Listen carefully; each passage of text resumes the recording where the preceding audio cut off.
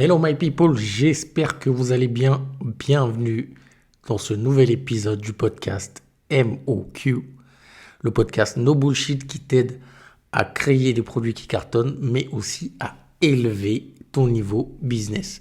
Si tu ne me connais pas, moi c'est Paul Guérin et je suis le créateur de La Boîte à Fournisseurs, une agence qui aide les petites entreprises à trouver des fournisseurs fiables en Europe et qui les aide aussi à développer des produits qui cartonnent, c'est-à-dire qu'on les accompagne de l'idée jusqu'à la réalisation de leurs produits de A à Z. Avant de commencer cet épisode de podcast, je vais te demander, si tu me regardes via cette chaîne YouTube, de t'abonner pour recevoir des vidéos de ce type. Et si tu m'écoutes à travers le podcast sur Spotify, Deezer, Apple Podcast, mets une note à ce podcast pour que nous puissions grandir et surtout être parmi les meilleurs podcasts de la catégorie. Dans cet épisode, on va parler de tout ce qu'il ne faut pas faire pour qu'une marque fonctionne. D'accord ? Donc tous les red flags, en tout cas que moi j'ai vu, que j'ai détecté, parce que moi j'analyse énormément les marques et puis on en accompagne. Je vois aussi celles qui réussissent après notre accompagnement et celles qui ne réussissent pas. Et puis c'est mon travail en fait de regarder comment faire en sorte qu'une marque fonctionne, que ce soit au niveau du développement produit ou même après, même si ce n'est pas forcément mon domaine, il faut s'intéresser à tout ce qui fait en sorte qu'une marque fonctionne. Et donc, j'ai vu certains critères qui peuvent faire en sorte que votre marque ne fonctionne pas et je vais vous les citer dans cet épisode pour que vous évitiez de faire ces erreurs-là.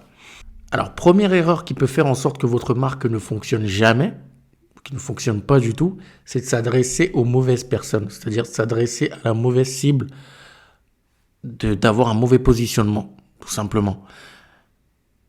Supposons que vous faites quelque chose où vous voulez le vendre, vous vous positionnez en fait en tant que luxe, mais vous parlez uniquement aux gens qui n'ont pas d'argent, ou vous parlez au mass market. Forcément là, il va y avoir quelque chose qui ne va pas fonctionner, c'est-à-dire que si vous vous adressez à la mauvaise cible, forcément, ils ne vont pas se retrouver dans ce que vous produisez, dans ce que vous partagez, dans le message que vous traduisez, et ils ne vont pas acheter votre produit. Ce qui fait que vous n'allez pas faire d'argent et vous allez vite fermer. Donc la première erreur, c'est de s'adresser à la mauvaise cible. Seconde erreur, c'est de ne pas répondre à sa proposition de valeur. Je m'explique. Lorsque vous lancez un produit, souvent ce qui fonctionne, ce qui fait en sorte que quelqu'un a envie d'acheter votre produit, c'est la proposition de valeur. C'est votre proposition de valeur. Supposons que vous faites un dentifrice. Vous dites, vous allez avoir les dents blanches dans 10 jours avec ce dentifrice. Vous allez avoir les dents plus éclatantes en 10 jours avec ce dentifrice. Si dans 10 jours, un consommateur, il consomme votre produit et que dans 10 jours, ses dents ne sont pas blanches et qu'il l'utilise exactement comme vous l'avez demandé qu'il l'utilise, et qui n'a toujours pas les dents blanches, là, vous avez perdu quelqu'un. Et vous savez qu'aujourd'hui, on est à l'ère des réseaux sociaux. Il va en parler autour de lui. Le bouche à oreille, très puissant comme message, en positif comme en négatif. Et là, votre marque, elle va descendre, elle va couler. Vous allez fucked up. Ça, c'est sûr. Donc, si vous donnez une proposition de valeur, faites tout pour la respecter. Ne donnez pas une proposition de valeur que vous ne pouvez pas respecter. Si vous êtes dans la cosmétique et que votre produit donne les cheveux lisses au bout de 2 mois, dites que c'est au bout de 2 mois. Si vous voulez accélérer, retravaillez sur votre R&D pour que ce soit en 1 mois. Mais en tout cas, ne mentez pas. Ne mentez surtout pas. Ça, c'est très, très grave. Et c'est quelque chose qui peut non seulement couler votre boîte, mais aussi vous faire perdre énormément d'argent parce qu'on peut vous attaquer en justice juste parce que vous avez menti pour faire de la publicité mensongère. Aux États-Unis, c'est des spécialistes. En France aussi, on peut vous attaquer pour publicité mensongère. Donc, dites vraiment la vérité. Si votre produit fait A, dites-le. S'il fait B, dites-le. Ne mentez pas juste pour engranger de la clientèle parce qu'au final, ils seront déçus et c'est vous qui serez perdant. La troisième erreur ou la troisième chose qui peut faire en sorte que votre marque, elle ne fonctionne pas, c'est de ne pas avoir un message fort. Généralement, les marques qui fonctionnent, si vous regardez très bien, elles se battent contre quelque chose.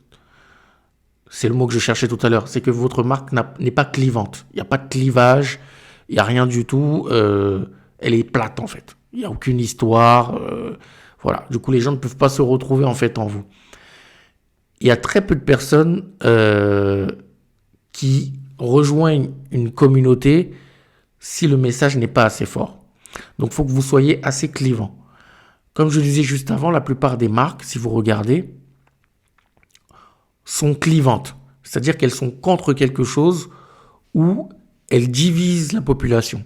Si vous regardez les marques de luxe, forcément, les gens qui portent ces marques de luxe-là, elles ne sont pas pareilles que d'autres. Quelqu'un qui va porter du Louis Vuitton, à ce prix-là, forcément, ça écarte la population qui est un petit peu plus pauvre. Si tu regardes les grandes marques, par exemple, Cola contre Pepsi, North Face contre Patagonia, McDo contre Burger King, Apple contre Samsung. Vous voyez, les gens qui ont Apple se moquent des gens qui ont Android.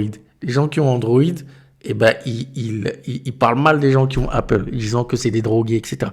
Donc, il faut que votre marque, en fait, soit assez clivante et que le message que vous partagez soit assez clivant pour créer une communauté qui vous rejoigne, qui se ressemble et qui disent « Ah oui, moi aussi, je suis contre ces gens-là. » D'accord ? Par exemple, la boîte à fournisseurs, nous, on se bat contre les mauvais fournisseurs. Notre message, c'est les mauvais fournisseurs. On en a marre que les gens galèrent et aient des fournisseurs de merde. Clairement, on en a marre. Et on veut aussi montrer, on se bat contre l'ogre chinois, on va dire ça comme ça. On pense qu'on est totalement capable de créer un produit de qualité qui cartonne en Europe. Ça, c'est notre combat. Donc, par définition, on se bat contre ceux qui vont chercher des produits de merde et des fournisseurs de merde en Chine ou en Asie. D'accord ? On se bat contre les entrepreneurs qui sont là pour chercher uniquement du prix et qui vendent de la merde à leurs consommateurs. On se bat pour ça. On veut des produits de qualité. Donc, on se bat contre les produits de merde. Donc, si votre message n'est pas assez fort et votre marque n'est pas assez clivante, votre histoire n'est pas assez clivante, le message que vous partagez n'est pas assez clivant, vous aurez du mal à créer une communauté derrière vous et à faire grossir en fait votre marque. Une autre erreur, et celle-là elle est très importante pour que votre marque ne fonctionne pas, si vous voulez vraiment que votre marque ne fonctionne pas, faites-le, c'est avoir un produit qui est non qualitatif. La qualité aujourd'hui, surtout aujourd'hui en 2024, un produit qui n'est pas de qualité, ça paye tout de suite. Vous perdez direct un client. C'est-à-dire qu'aujourd'hui, en fait, on vous donne plus de deuxième chance, en fait.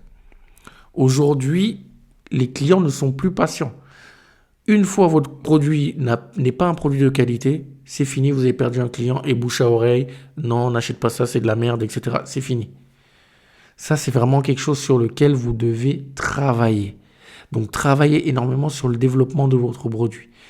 Ne relâchez pas un produit tant que vous savez qu'il ne fait pas le job, qu'il n'est pas de qualité. Ne le vendez pas, d'accord ? Proposez des choses de qualité parce que c'est ça qui va faire en sorte qu'on se souvienne de votre marque.